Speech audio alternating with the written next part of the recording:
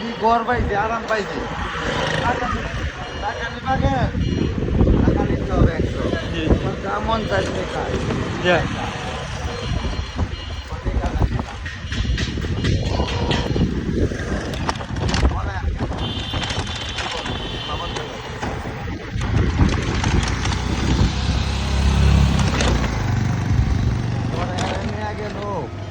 আমার কামারে জি লোককে নিয়ে গেল আমার কামারে নিয়ে বললো এই কামারটা আমাদের ওই মালিকের কামার নাই না জি যে আপনারা আসছে হ্যাঁ